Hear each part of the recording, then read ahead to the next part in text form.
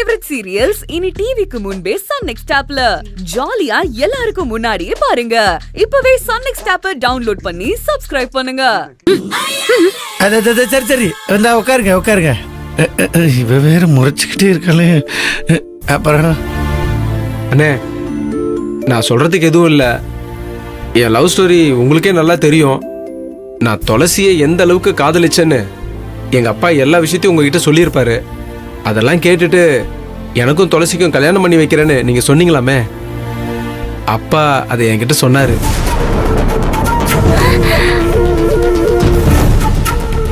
என்னண்ணே? ஆமா தம்பி, ஆமா ஆமா. நீ ஆஸ்பத்திரியில மருந்து குடிச்சிட்டு படுத்து கிடந்தப்ப அப்பா உன்னைய பார்த்து ரொம்ப அழுதாரா. அதனால அவரை சமாதானப்படுத்துறதுக்காகத்தான் அப்படி சொன்னேன். தம்பி, அத துளசி கிடைக்கலன்னு முடிவு பண்ணி எப்ப என் மாவன் சாகர அளவுக்கு போயிட்டானோ விடக்கூடாது. இதுக்கு மேல அந்த துளசி விடக்கூடாது தம்பி.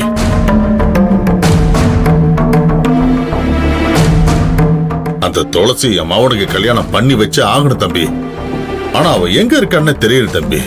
ஆனா ஒண்ணு நிச்சயம் தம்பி, அவ கண்டிப்பா இந்த ஊர்ல எங்கேயோ தான் தங்கி இருக்கணும் தம்பி. அவளை தேடி கண்டுபிடிச்சு என் மாவனுக்கு கல்யாணம் பண்ணி வைக்க நீங்க தான் தம்பி கொஞ்சம் உதவி பண்ணணும்.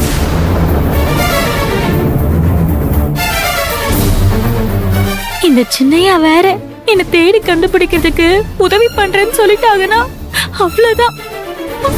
அதுக்கப்புறம் என்ன பண்றது? ஆமாண்ணே, நீங்க தான் எப்படியாவது என் துளசி எங்க இருக்கான்னு தேடி கண்டுபிடிச்சு எங்க கல்யாணத்தை நடத்தி வைக்கணும். இங்க பாரு மருதுமுத்து, நான் உன் அப்பா கிட்ட ஏற்கனவே சொல்லிட்டேன். நான் உன் காதலி துளசி இந்த சிங்கார சென்னை மாநகரத்துல எங்க இருந்தாலும் சரி, நான் தேடி கண்டுபிடிச்சு உனக்கு கல்யாணம் பண்ணி வைக்கிறேன். என்ன பாத்திமா? இது போதுனே, அந்த ஆண்டவனை கூட நான் நம்பல. எனக்கு அண்ணனா கிடைச்சிருக்கே, உன்னைய தானே நான் நம்புறேன். எந்திரிப்பா. என்னப்பா நீ தீபாவளி பரிசு வாங்குறதுக்காக சின்ன பிள்ளைங்க காலில் விழுகிற மாதிரி பொசு பொசுன்னு விழுந்து எந்திரிக்கிறா? இங்க பாரு, அதெல்லாம் நீ ஒன்றும் கவலைப்படாத. அந்த பிள்ளையோட உனக்கு கண்டிப்பா நான் கல்யாணம் பண்ணி வச்சிடறேன். சரிங்கண்ணே, என் வாழ்க்கையில நீங்க தானே விளக்கேத்தி வைக்கணும். தம்பி, நான் அன்னைக்கே உங்ககிட்ட கேட்கணும்னு நினைச்சேன்டா. என்னண்ணே? அது இந்த துளசி பிள்ளையோட போட்டோ எதுவும் நீ வச்சிருக்கிறியா?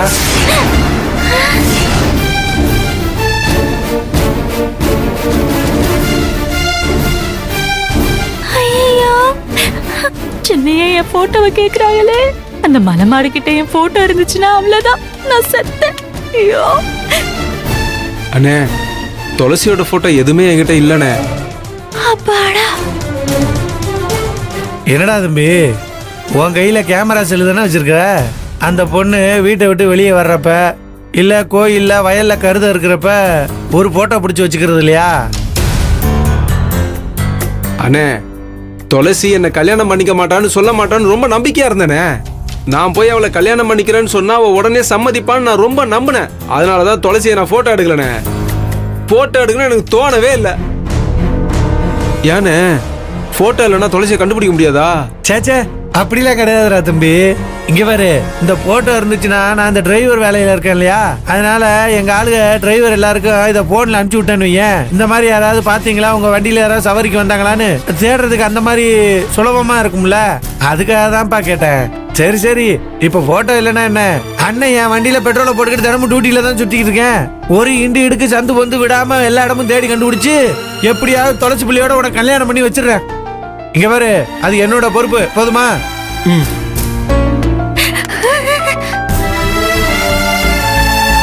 இங்க பாருங்க, நீங்க 2 பேரும் நம்பிக்கையா கிளம்பி ஊருக்கு போங்க.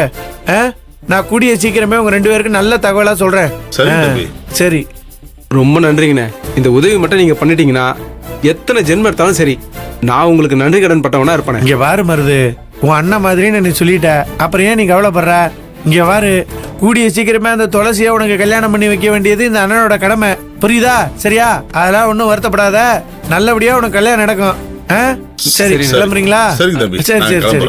சரி வாங்க, நானும் வரேன். வாங்க பாத்திமா, எடுத்து வச்சிருக்கேன், அதெல்லாம் வந்துடுறேன். வா வா.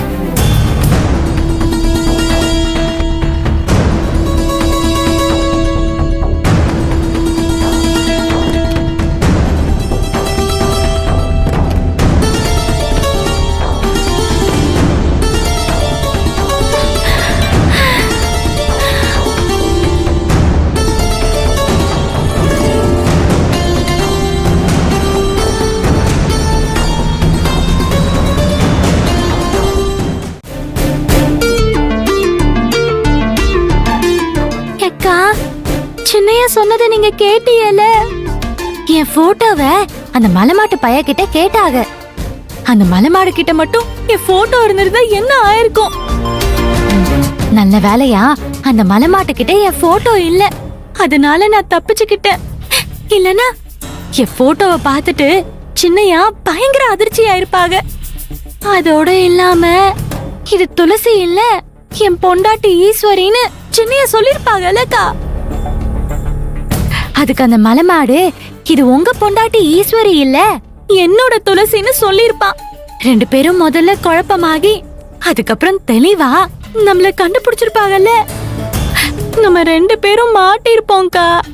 துளசி, அப்படியெல்லாம் எதுவும் நடக்கல, அப்புறம் எதுக்காக பயப்படுற? இப்பவும் கடவுள் நம்ம பக்கம் தான் இருக்காரு.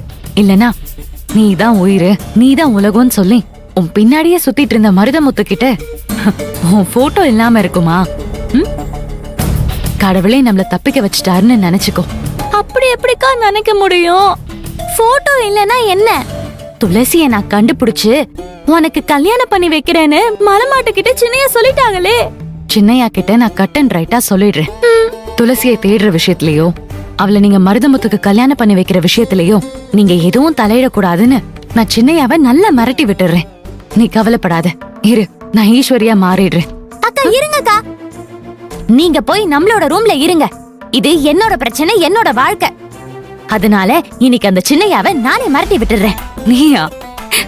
நீ சின்னையாவை மிரட்டுவியா? சமாளிச்சிடுவியா? பயந்து ஓடி வந்துட போற பாரு.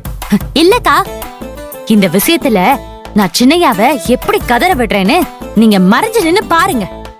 இன்னைக்கு நீங்க இந்த துளசியோட ருத்ர தாண்டவத்தை பார்க்க தான் போறீங்க.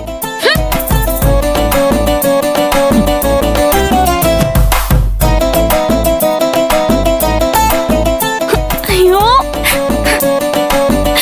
இந்த சின்னையா என்ன தேடி கண்டுபிடிச்சு அந்த மலைமாட்டு பயலுக்கு கல்யாணம் பண்ணி வைக்க போறாங்களா? வாங்க வாங்க வாங்க, இப்ப வருவியல, உங்களுக்கு நல்லா இருக்கு. ஈசு,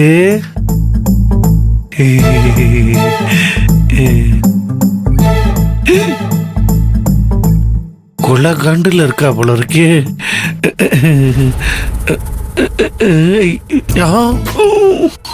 இத வேற கையிலேயே வச்சுக்கிட்டு உள்ள போனோம்னா நம்ம கதை கத்தலு. வட்ட